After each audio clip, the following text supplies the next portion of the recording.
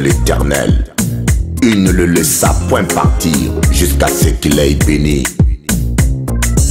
Persévère mon ami, ce n'est pas parce que tu ne vois pas le soleil qu'il n'existait pas. Il se cache derrière la montagne de tes problèmes. Chers amis téléspectateurs, c'est avec une grande joie que je viens partager avec vous la parole de Dieu.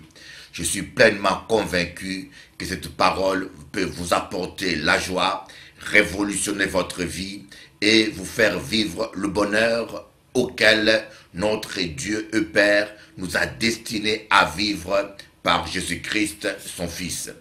Mais le sujet que je vais développer aujourd'hui s'intitule « Comment diagnostiquer les malédictions ?» Voyez, il y a une grande confusion aujourd'hui en ce qui concerne les malédictions. Nous avons un courant des chrétiens un peu rationnel et qui préfèrent ignorer le diable et qui préfèrent ignorer l'existence des démons. Vous voyez, il n'y a rien de pire que d'ignorer le diable. L'apôtre Paul dit « Veillez et priez car votre adversaire rôde comme un lion rugissant. » Voyez, le diable rôde, il cherche à dévorer, il cherche à détruire nos vies. Et l'apôtre Jean dit, celui qui ne se garde pas, le malin le touche. Celui qui se garde, le malin ne le touche pas.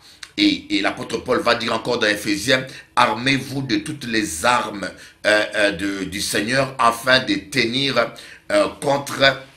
durant les mauvais jours. Nous n'avons pas à lutter contre la chair, mais contre les puissances des ténèbres. Donc, la Bible ne nous appelle pas à ignorer l'existence des démons et des puissances des ténèbres. La Bible plutôt nous appelle à prendre conscience de l'existence de ce monde spirituel. Et pour cette raison, de veiller sur notre conduite, d'être prudent sur notre manière d'agir et de nous comporter, pour ne pas donner accès aux démons dans nos vies et permettre aux puissances des ténèbres de détruire nos vies. Moi, je crois que Dieu nous a appelés à vivre une vie de bonheur, de paix et de joie. Alors, nous allons parler aujourd'hui comment diagnostiquer une malédiction. Vous voyez, le vrai problème aujourd'hui, il y a beaucoup de gens, même païens, et malheureusement parfois chrétiens, et qui disent parfois « je ne comprends pas pourquoi je n'ai pas de chance dans ma vie ». Pourquoi je n'ai pas de chance dans ma vie? Vous voyez, ce qu'on appelle parfois par les païens la malchance. Et quand cela est répétitif et tombe souvent sur la même personne, c'est un signe. C'est un signe qui nous indique qu'il y a une malédiction, qu'il y a une sentence maléfique dans la vie d'une personne. C'est comme un homme qui m'a dit, je ne comprends pas, ça fait la 3e fois que je suis toujours licencié. Quand je rentre dans une entreprise et qu'il y a 1000 ouvriers, si on doit licencier 10 personnes, et c'est mon nom qui se retrouve toujours dedans. Et pourtant, je travaille bien et je me comporte bien. Et la 2e fois que j'ai été licencié, c'est l'entreprise qui est tombée en faillite. Cette entreprise a toujours bien marché jusqu'à ce que je sois entré. C'était une petite entreprise familiale et voilà le résultat. Ça, nous avons vécu un licenciement économique. Et la 3e fois, et c'est la même chose, une grosse boîte, mais l'entreprise a décidé sur des milliers de personnes de licencier une centaine, mais mon nom s'est retrouvé. Vous voyez, une telle répétition de la malchance que le païen appelle la malchance, mais que nous appelons les effets d'une malédiction. Ce sont les effets d'une malédiction. Mais lorsqu'on ignore l'existence d'un monde spirituel, on dit « Oh, j'ai la malchance ». Vous voyez, on tire une balle sur 1000 personnes, mais cette balle doit tomber que sur ton pied. On tire une balle, on lance une pierre qui tombe sur des milliers de voitures qui passent sur la route, mais la pierre va aller tomber que sur ta voiture. Vous voyez?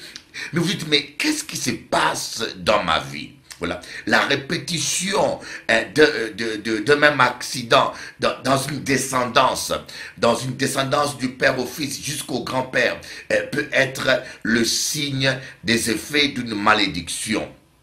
Bien sûr, ce n'est pas chaque fois que quelqu'un est licencié qui doit dire que j'ai une malédiction, ou que chaque fois que quelqu'un a un accident qu'il doit déduire qu'il y a une malédiction. Voyez, le vrai problème que nous avons aujourd'hui dans l'évangile, c'est le manque d'équilibre. Les gens manquent d'équilibre, ils vont d'un extrême à un autre. Mais nous devons rester équilibrés. On peut avoir des accidents, on peut avoir des problèmes, bien que nous connaissons que la parole de Dieu dit, pour nous qui craignons Dieu, aucun malheur ne doit nous atteindre. La Bible dit que Dieu va ordonner même à ses anges de nous porter sur leurs mains, de peur que notre pied puisse heurter une pierre.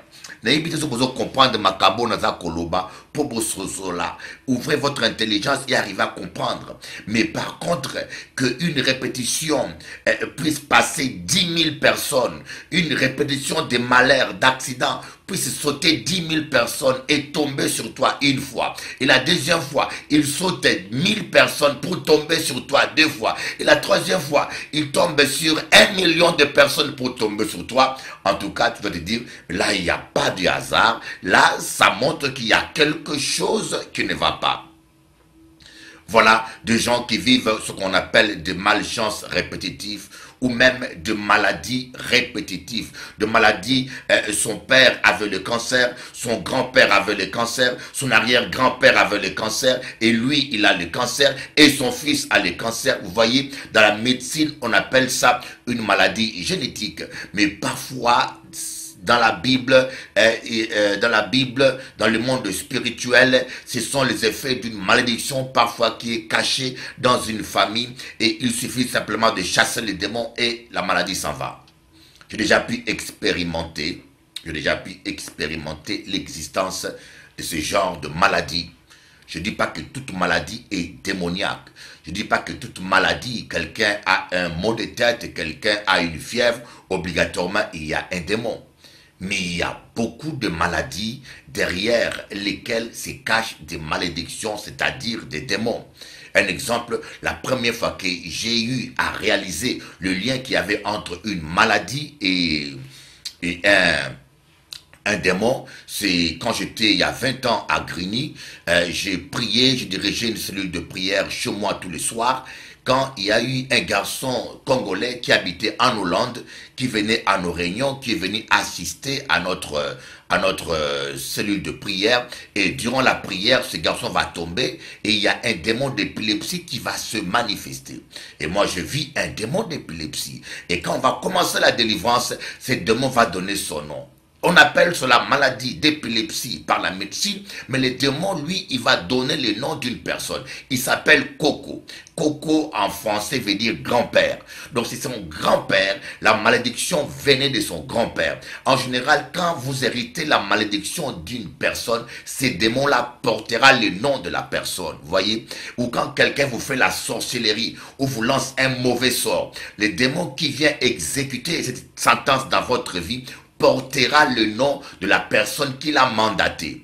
Malheureusement, certains pasteurs ou certaines personnes dans le milieu évangélique inexpérimentés pensent que c'est les esprits humains d'un être vivant qui possède un autre être vivant, ou parfois certaines personnes qui ne savent pas pratiquer la délivrance et qui n'ont pas le discernement s'imaginent que c'est peut-être quelqu'un qui est mort, son esprit qui possède quelqu'un qui est vivant. C'est impossible.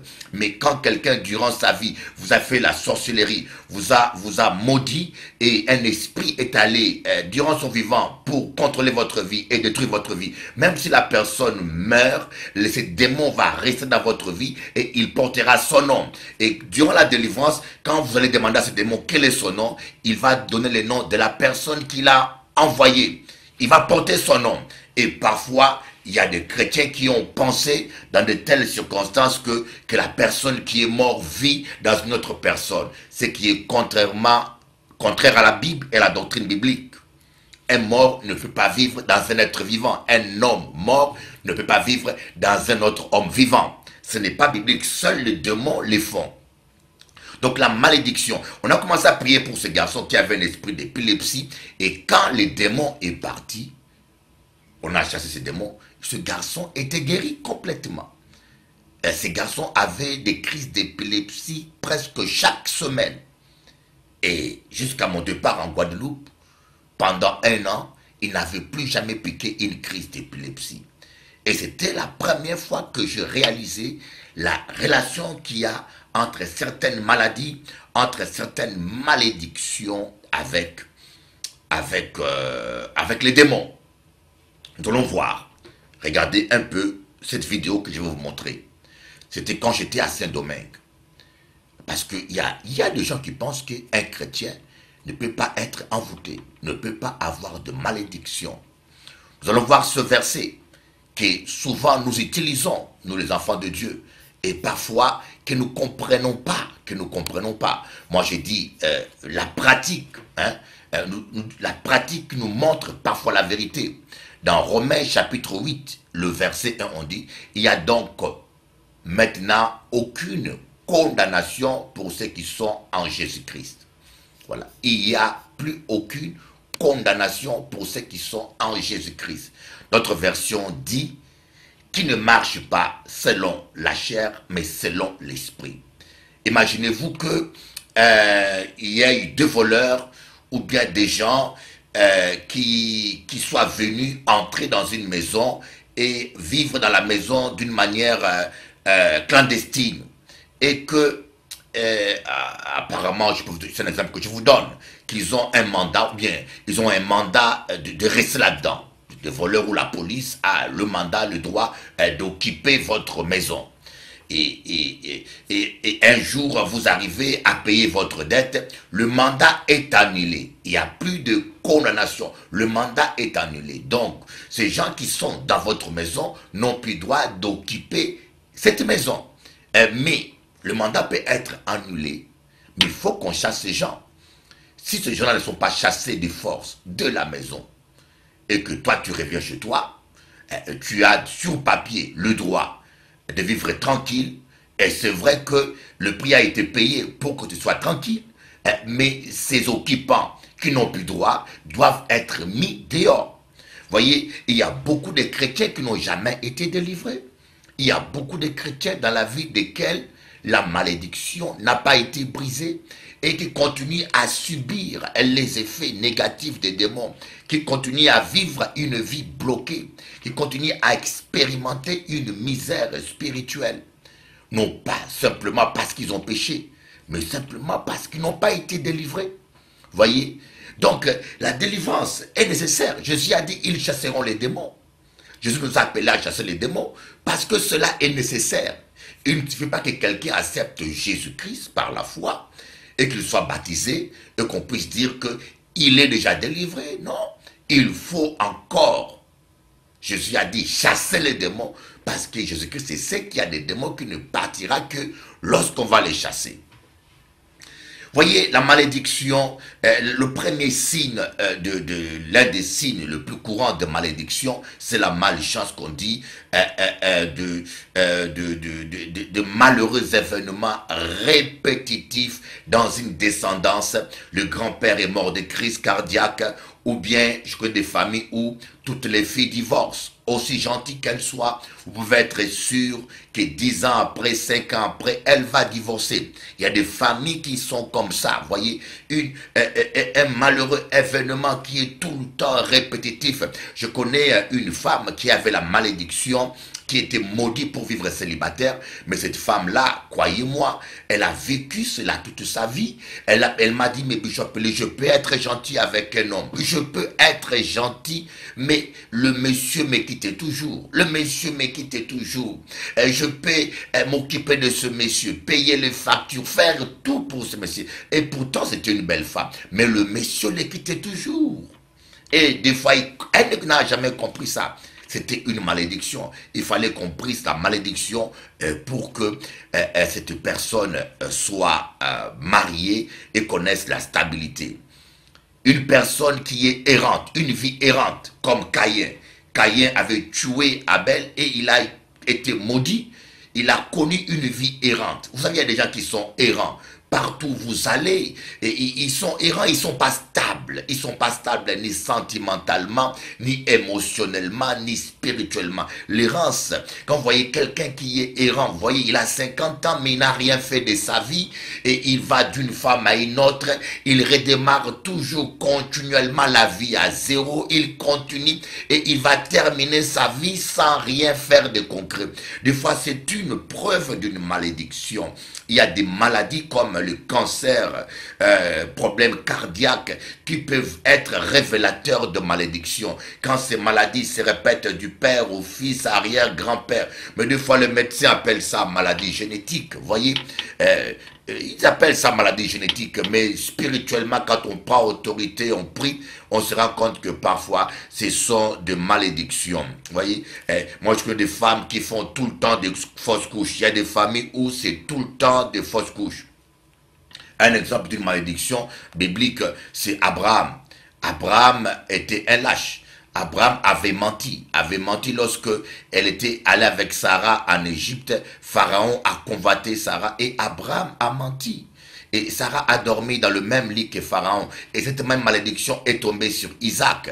Et lorsque Isaac s'est retrouvé devant Abimelech aussi, Isaac aussi a menti. Il a menti sur Rebecca. Et Abimelech a failli prendre encore Isaac. Vous voyez, c'est une attitude qui se répète. Vous voyez, une attitude qui se répète. Ça montre qu'il y a une malédiction qui s'est installée. Et parfois, les malédictions s'installent dans des familles suite souvent à des péchés comme l'inceste. Moi, personnellement, je vous donnerai un témoignage personnel que j'ai vécu. Moi, ma mère a connu mon père. Et je suis né. Et ma petite sœur est née. Après, mon père est parti. Il avait abandonné ma mère. Et ma mère se mariait avec mon beau-père. Et ils ont eu aussi 2 enfants. Ma demi-sœur et mon demi-frère. Et puis encore, ma mère s'est séparée de mon beau-père. En fin de compte, je constatais que moi, dans ma vie, bien que j'étais chrétien, bien que je craignais Dieu, mais il y a des liens qui n'ont pas été brisés. J'ai subi la même chose. J'ai rencontré une première femme, nous avons eu 2 enfants. Sans avoir rien fait, cette femme a décidé de divorcer. Et j'ai subi ce divorce. Et après, j'ai refait ma vie. J'ai rencontré une 2e femme. J'ai eu encore 2 enfants. Je vous dis, sans avoir rien fait, cette femme a décidé de refaire sa vie. Elle est partie à New York. J'ai tout fait j'ai refusé le divorce, j'ai tout fait, mais elle a refusé. J'ai rassemblé les anciens, j'ai rassemblé le pasteur, j'ai appelé des prophètes pour la conseiller. Elle n'a pas voulu. Et quand je suis resté seul, je commençais à pleurer et je commençais à prier. Je suis allé dans la présence de Dieu et je me suis remis en question. C'est le Saint-Esprit qui a commencé à me parler. Il y a une malédiction qui n'a pas été brisée dans ta vie. Et là, Dieu va me révéler. Regardez ta mère. Elle a connu un premier mariage. Elle a eu 2 enfants. Après, c'était le divorce. 2e mariage, 2 enfants. Après, c'était le divorce. Tu as recopié la même chose. Alors, je prie un jeûne. Je fais un jeûne. J'ai pris autorité sur cette malédiction, je l'ai brisée et je l'ai déclarée nulle pour ma descendance. On peut être pasteur, on peut être chrétien, on peut être intègre, mais si la malédiction n'a pas été brisée dans ta vie, vous allez recopier la même chose. Peut-être que Dieu permettra qu'un jour, que je rentre en détail sur ces choses. Il y a des malédictions même sur des nations, par exemple la France. Vous n'avez pas remarqué que la France, c'est le pays le plus incrédule de l'Europe.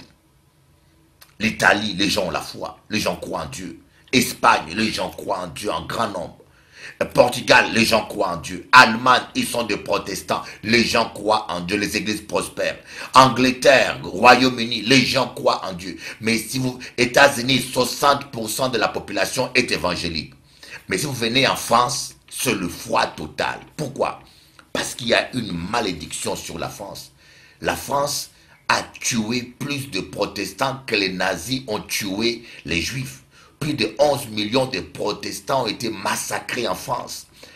Les historiens disent que le fleuve Seine était devenu rouge, tellement que des protestants avaient été massacrés à cause de leur foi. Un autre exemple, par exemple à New York. New York, c'était une terre réservée aux Indiens. Hein, et le gouvernement américain avait fait une alliance avec les Indiens, comme quoi il leur laissait la terre où est aujourd'hui New York. Et cet pacte a été rompu. Et ce n'est pas un hasard que l'événement du 11 septembre se soit passé à New York. Parce qu'il y a une malédiction sur cette ville, vous voyez. Il y a des malédictions qui sont sur toute une nation. Il y a des malédictions qui sont sur tout un peuple. Il y a des malédictions qui sont sur... Si vous voulez prier pour la France, vous devez commencer par briser la malédiction. Regardez par exemple la malédiction qu'il y a dans les Antilles. Dans les Antilles, vous n'avez pas remarqué qu'il y a trop de problèmes des familles monoparentales. Des hommes qui, la plupart des pays où il y avait l'esclavage, vous allez voir que dans le système esclavagiste, on arrachait les hommes de leur famille, des forces, et il y avait des mâles reproducteurs. On traitait les hommes comme des animaux qui allaient d'une femme à une autre pour se reproduire. Et cette malédiction est restée sur la descendance. Et vous allez vous rendre compte que, par exemple, en Guadeloupe ou en Martinique, ces phénomènes des hommes instables étaient incroyablement énormes. En général, dans toutes les îles où il y a eu l'esclavage, ce problème de manque d'attachement familial dans les descendants des esclaves continue toujours. Alors, pour sauver la Guadeloupe, pour sauver les îles, nous devons prier et briser cette malédiction. Sans compter nos descendants d'Afrique, vous voyez, d'Afrique noire, où il y a eu l'inceste, où il y a eu des pratiques occultes dangereuses, des pratiques occultes graves, et qui ont fait que tous les descendants noirs d'Afrique, s'ils n'ont pas accepté Jésus, ils ne sont pas sous la grâce de Dieu, ils tombent dans le même péché et malédiction. Vous allez voir le problème de musique sexuelle. Vous allez le retrouver souvent dans des communautés de descendants africains noirs. Vous allez en Guadeloupe, c'est le Zouk Love. Vous allez au Brésil, c'est l'Ambada. Vous allez à Saint-Domingue, vous allez trouver c'est les Bachata. Vous allez en Colombie, partout. Vous allez en Amérique noire, vous allez trouver le R&B. C'est toujours ces gens, ils ont toujours tendance à avoir des danses sexuelles et presque pornographiques dans leur musique. Parce qu'il y a une malédiction sexuelle qui fait que ces gens-là sont instables sexuellement et infidèles à leurs femmes. Mais pour sauver ces gens et les amener à l'évangile et qu'ils restent stables et connaissent une vie de famille stable, il faut briser la malédiction. J'aimerais vous montrer une vidéo d'une femme dirigeante d'une chorale à Romana, à Saint-Domingue. J'étais allé là-bas, cette femme dirigeait la chorale. Cette femme remplie d'onction, mais elle avait une malédiction. Elle n'arrivait pas à accoucher. Elle était stérile. Et pourtant, elle parle la langue. Elle prie dans l'église. Elle chante. Elle est consacrée. Elle est mariée. Mais comme elle n'a pas été délivrée, elle est des ADD, ensemble de Dieu. Ce jour-là, je prêchais, je l'ai imposé les mains et elle a été délivrée. Suivez un peu la preuve qu'un vrai chrétien, s'il n'a pas été délivré, des fois la malédiction peut le poursuivre. Vous avez besoin de délivrance s'il y a un blocage dans votre vie.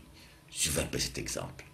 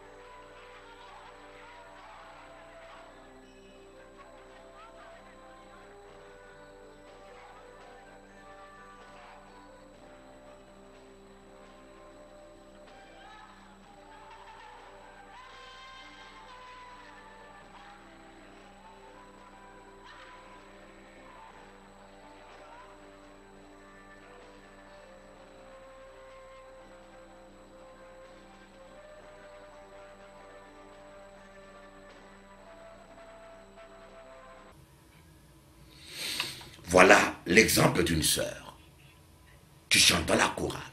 Peut-être vous êtes là, vous servez Dieu, vous aimez Dieu, mais il y a quelque chose qui bloque votre vie.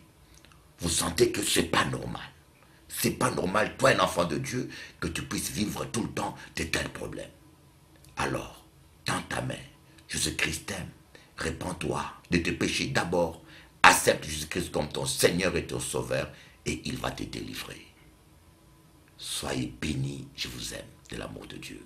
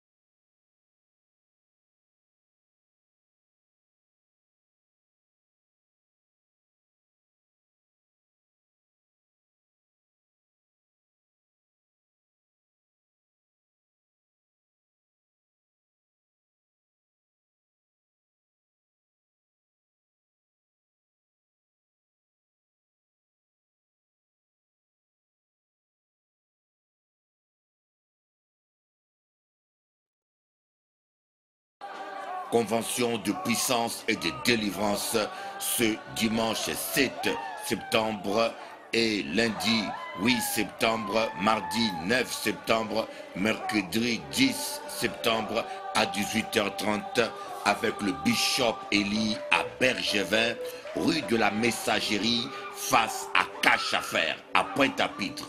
Rue de la Messagerie, face à Cache-à-Faire. Venez vivre votre délivrance. L'évangile, ce n'est pas des discours, c'est une démonstration de puissance. C'est une démonstration de puissance. Jésus-Christ n'a pas changé. Il est le même. Bon Dieu veut délivrer les autres. Venez écouter parole à bon Dieu. Venez. Et tout cela, c'est gratuit. Gratuit avec Jésus à nous.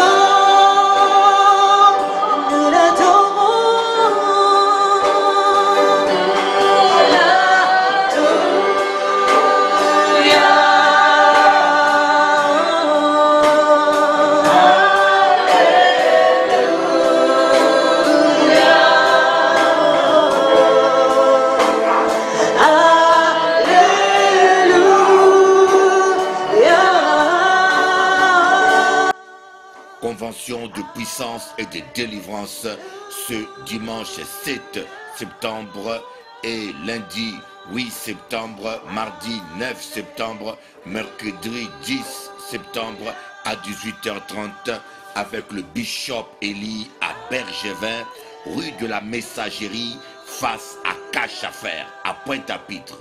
Rue de la Messagerie, face à Cache-à-Faire. Venez vivre votre délivrance. L'évangile, ce n'est pas des discours, c'est une démonstration de puissance. C'est une démonstration de puissance. Jésus-Christ n'a pas changé. Il est le même. Bon Dieu veut délivrer les autres. Venez écouter parole à bon Dieu. Venez. Et tout cela, c'est gratuit. Gratuit avec Jésus à nous.